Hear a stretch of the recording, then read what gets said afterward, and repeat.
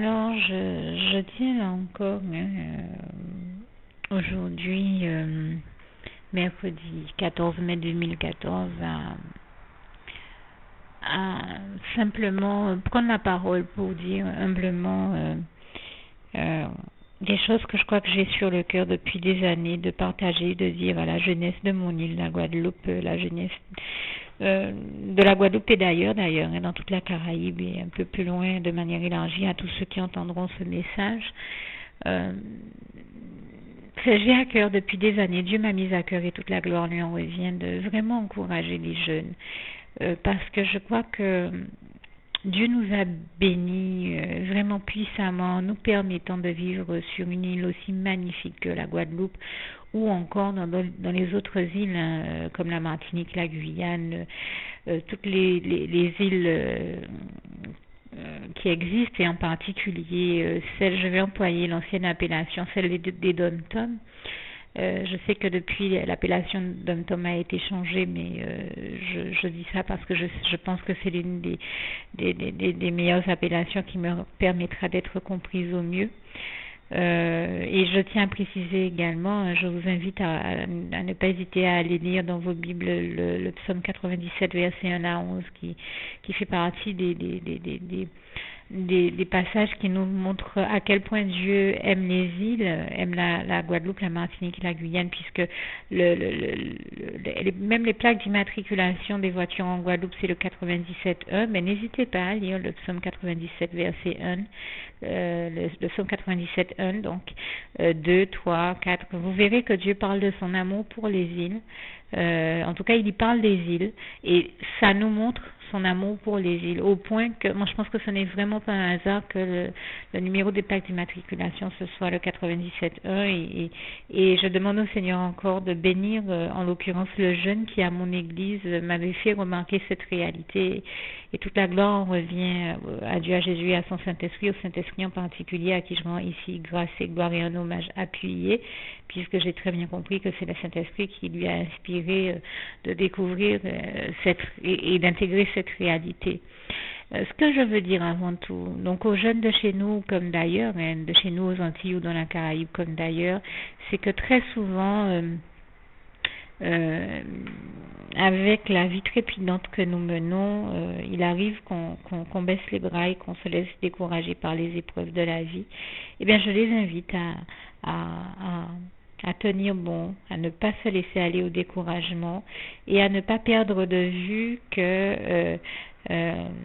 comme il est écrit dans la parole de Dieu, la Sainte Bible, nous devons voir les épreuves que nous vivons comme un sujet de joie complète, parce que nous savons que le Seigneur Jésus nous en fera toujours sortir grandi et enrichi, et je lui rends grâce et gloire pour cela. Et aussi nous savons qu'il est écrit en Romains 8, verset 37, mais en toutes ces choses nous sommes plus que vainqueurs par celui qui nous a aimé, Jésus-Christ, c'est-à-dire que Jésus-Christ nous rend plus que vainqueurs, et que Jésus, quelles que soient les épreuves, les moments difficiles par lesquels nous pouvons passer, nous rend toujours victorieux de toutes ces épreuves et de toutes ces choses que nous vivons,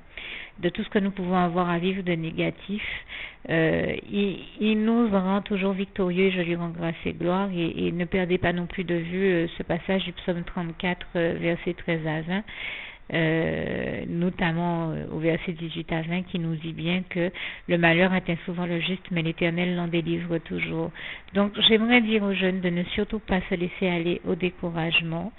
et puis surtout de ne pas se dire non plus que tout est mieux ailleurs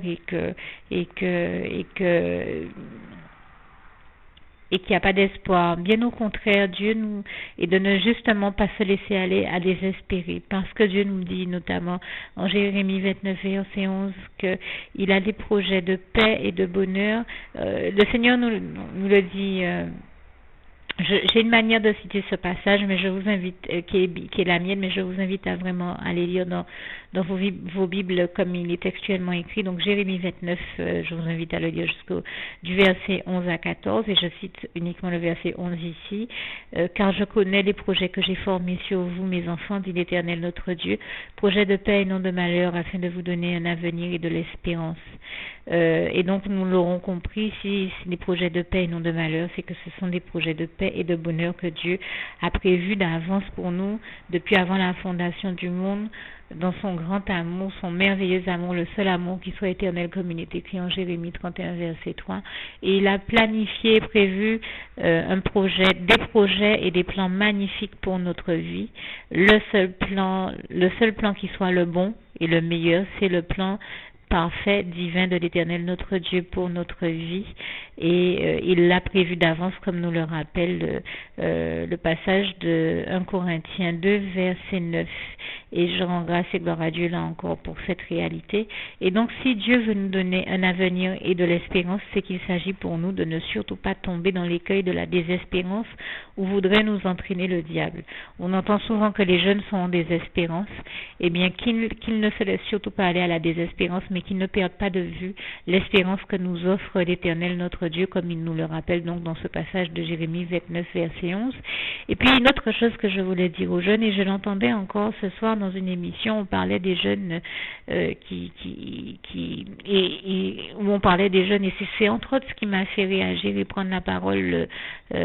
pour parler de ce sujet, pour évoquer ce sujet et réagir un peu, où on disait ce soir que les jeunes ont une tendance à copier, notamment les jeunes ici dans la Caraïbe, à copier tout ce qui vient des États-Unis, persuadés que tout ce qui se passe ailleurs est mieux que ce qui se passe chez nous. Et bien moi, pour être régulièrement, enfin, pour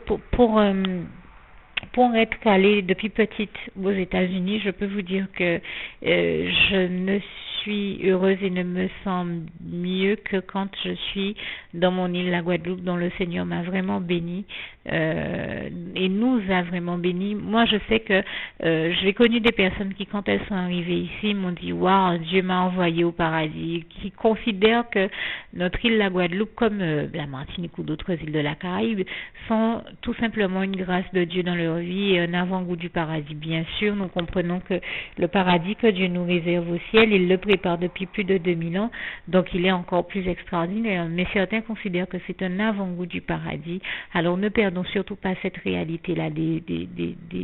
yeux, parce que je crois que en fait Dieu a tout disposé pour que nous soyons heureux ici dans la Caraïbe, en Guadeloupe en particulier, et qu'il y a simplement que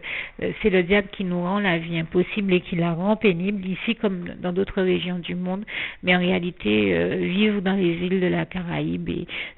et en Guadeloupe en particulier, moi je parle de ce que je connais, c'est vrai que je connais un peu la Martinique également, mais je suis guadeloupéenne et je peux dire que la Martinique, comme la Guadeloupe, comme bien d'autres îles, on voit les îles des Seychelles, de Tahiti, quand on voit Hawaï ou certaines autres régions ou îles, l'île de la Réunion ou bien d'autres îles, que je salue tous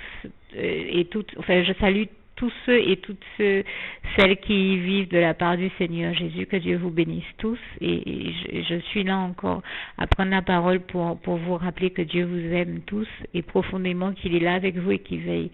sur vous tous. En tout cas, Dieu me met à cœur de vous partager avec vous, de vous transmettre de sa part ce message de paix et d'amour, et toute la gloire lui revient. Donc moi, tout ce que je veux dire à tous les jeunes de nos régions, des îles et d'ailleurs, c'est de ne surtout pas se laisser aller à se décourager parce qu'ils voudraient que leur vie soit à l'image de telle ou telle vie que l'on voit se passer, se produire là-bas. On voit, j'ai envie de dire, l'aspect uniquement visuel des choses, mais on ne voit jamais tout ce qui est invisible, et on voit, si vous voulez, là en vous citant ces mots du visible et de l'invisible, j'ai pensé à la réalité qui est décrite dans le passage d'Hébreux 11 versets 1 à 11 que je vous invite à aller découvrir dans vos Bibles. Mais j'ai voulu dire par là qu'on voit l'aspect visible de l'iceberg, et les États-Unis sont présentés sous un jour qui paraît tellement positif aux yeux de tous ceux qui sont ailleurs dans le monde, qu'on considère que les États-Unis sont l'exemple, sont les pays à suivre. Les USA donnent l'exemple à suivre et tout le monde veut suivre l'exemple de ce qui s'y passe. Le problème, c'est que ce qu'on dit très rarement, c'est ce qui se passe derrière.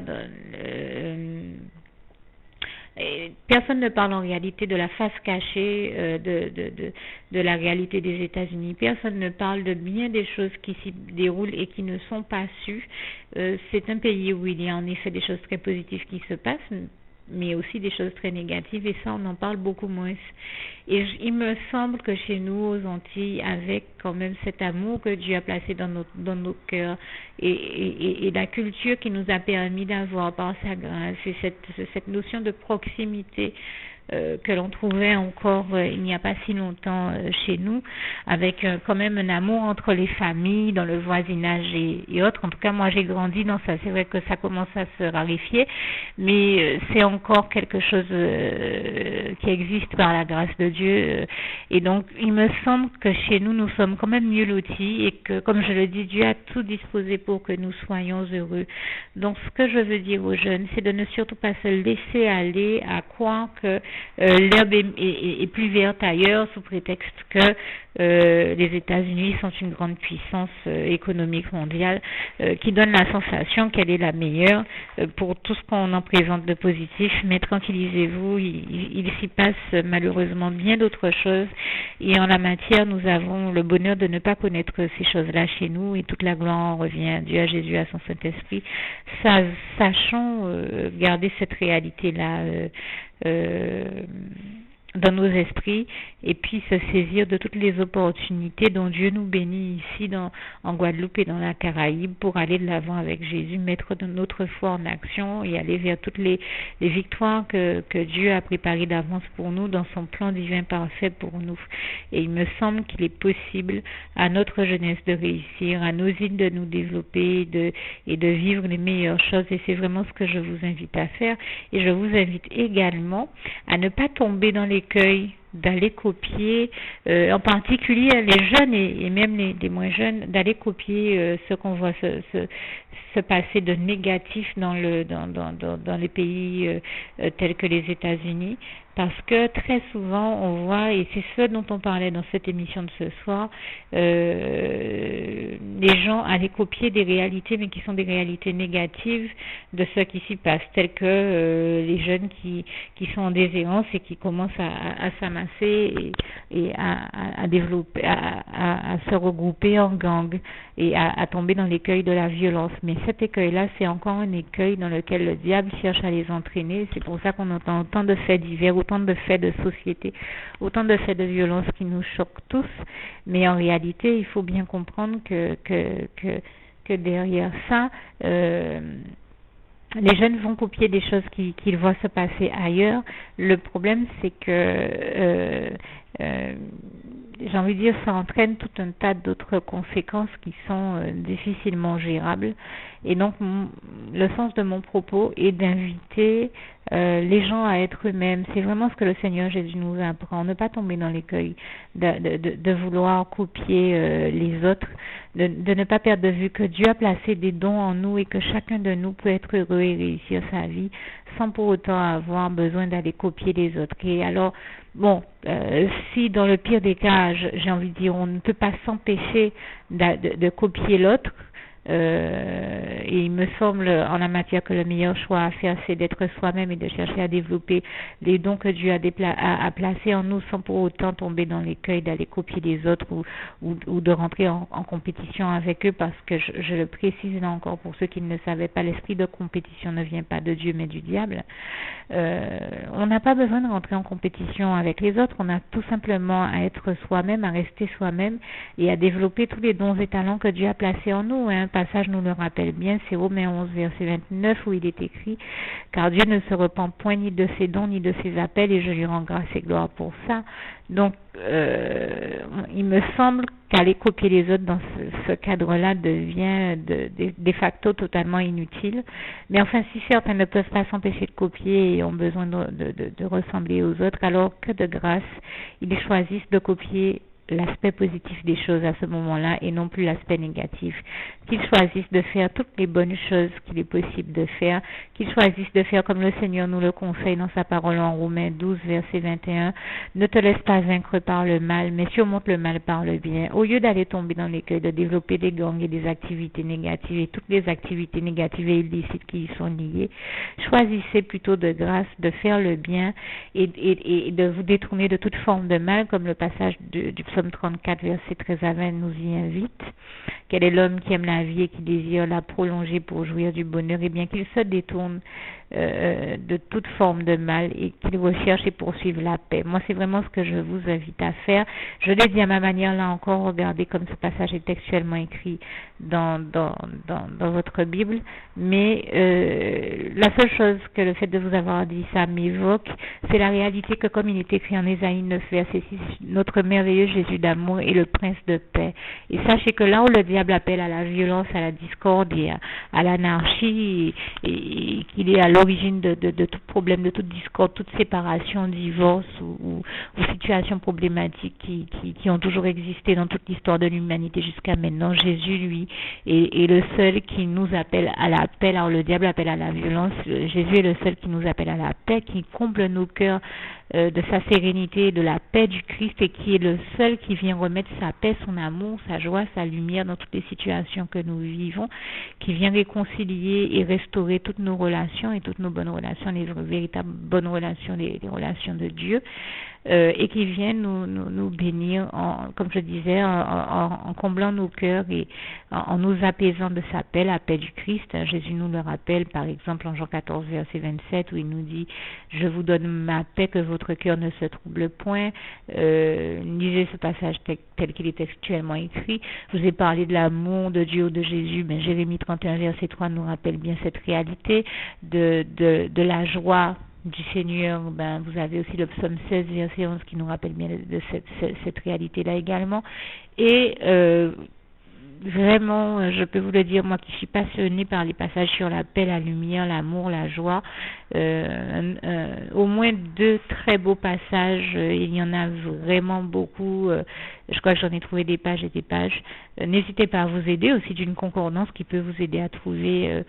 les bons passages bibliques sur ces questions-là, comme sur ces thèmes-là, comme sur bien d'autres. Mais moi, je pense là comme ça au moins à 2 bons passages qui nous rappellent cette réalité. De 1 Jean 1, verset 5, car la bonne nouvelle que nous avons apprise, c'est que Dieu est lumière et qu'en lui il n'y a point de ténèbres. Ou vous avez encore Jean 8, verset 12, ou encore le psaume 36, verset 10, c'est par ta lumière, Seigneur Jésus-Christ, que nous voyons la lumière. Eh bien, je rends grâce et gloire à Jésus qui vient nous envoyer ces lumières et nous délivre de tout aveuglement et de toute confusion dans laquelle nous plonge l'ennemi, au point que nous en arrivions à tomber dans l'égarement de nous fâcher les uns avec les autres, ou de la violence, écueil dans lequel je vous invite encore de grâce au nom puissant du Seigneur Jésus à ne surtout pas tomber, mais plutôt à rester dans la paix du Christ. Eh bien, vraiment, moi je remercie Jésus qui nous délivre donc toujours de toute situation conflictuelle et problématique, là où bien sûr, comme je le disais tout à l'heure, l'ennemi est toujours à l'origine de toutes ces situations. Alors de grâce, comme je le disais, pour terminer, que les jeunes ne se laissent surtout pas aller à la violence et à copier les mauvaises choses, mais s'ils ne peuvent s'empêcher de copier, alors qu'ils choisissent de copier les bonnes choses et de faire toutes les belles et bonnes choses que Dieu leur mettra à cœur et les inspirera de faire. Je crois qu'il n'y a que comme ça que nous irons de l'avant. Et donc je vous dis à tous que Dieu vous bénisse tous abondamment, puissamment, richement. Et je termine avec le souhait de mon cœur pour vous, Philippiens 4, verset 7, que la paix de Dieu qui surpasse toute intelligence garde vos cœurs et vos pensées en Jésus-Christ. À bientôt.